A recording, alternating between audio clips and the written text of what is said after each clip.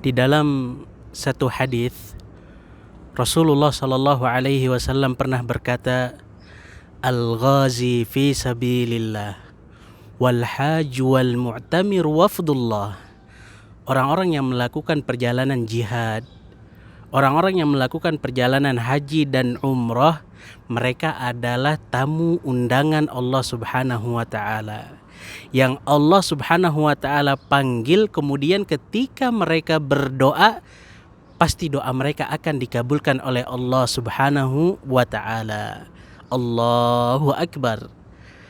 Bagaimana Rasulullah Shallallahu Alaihi Wasallam menjelaskan bahwasannya orang-orang tersebut adalah tamu pilihan Allah Subhanahu wa taala. Orang yang melakukan perjalanan umroh dan perjalanan haji itu bukan main-main, tamu Allah Subhanahu wa taala. Jika sekiranya kita mendapatkan undangan dari orang sekaliber Cristiano Ronaldo misalnya, kemudian kita pun memang ngefans dengan Cristiano Ronaldo, begitu bahagianya kita mendapatkan undangan tersebut, maka sebagai seorang mukmin, sebagai seorang muslim, tentunya ketika Rabbul Alamin, ketika Allah Subhanahu wa taala mengundang kita menjadi tamu-tamu Allah di dalam melaksanakan ibadah haji dan ibadah umrah, tentunya menjadikan kita begitu semangat di dalam melaksanakan ibadah haji dan ibadah umrah. Hadirin, di dalam hadis lainnya Rasulullah sallallahu alaihi wasallam pernah berkata, "Tabi'u bainal haji wal umrati fa innahuma yanfiyani adz-dzunuba wal faqr." Lakukan ibadah haji, lakukan ibadah umrah, karena dengan melaksanakan ibadah haji dan ibadah umrah bisa menghapuskan dosa-dosa kita. Bisa menghapuskan dosa-dosa kita. Siapa sih di antara kita yang gak pernah berdosa? Siapa sih di antara kita yang mungkin hari-harinya itu gak lepas dari dosa? Semua dari kita pernah berdosa.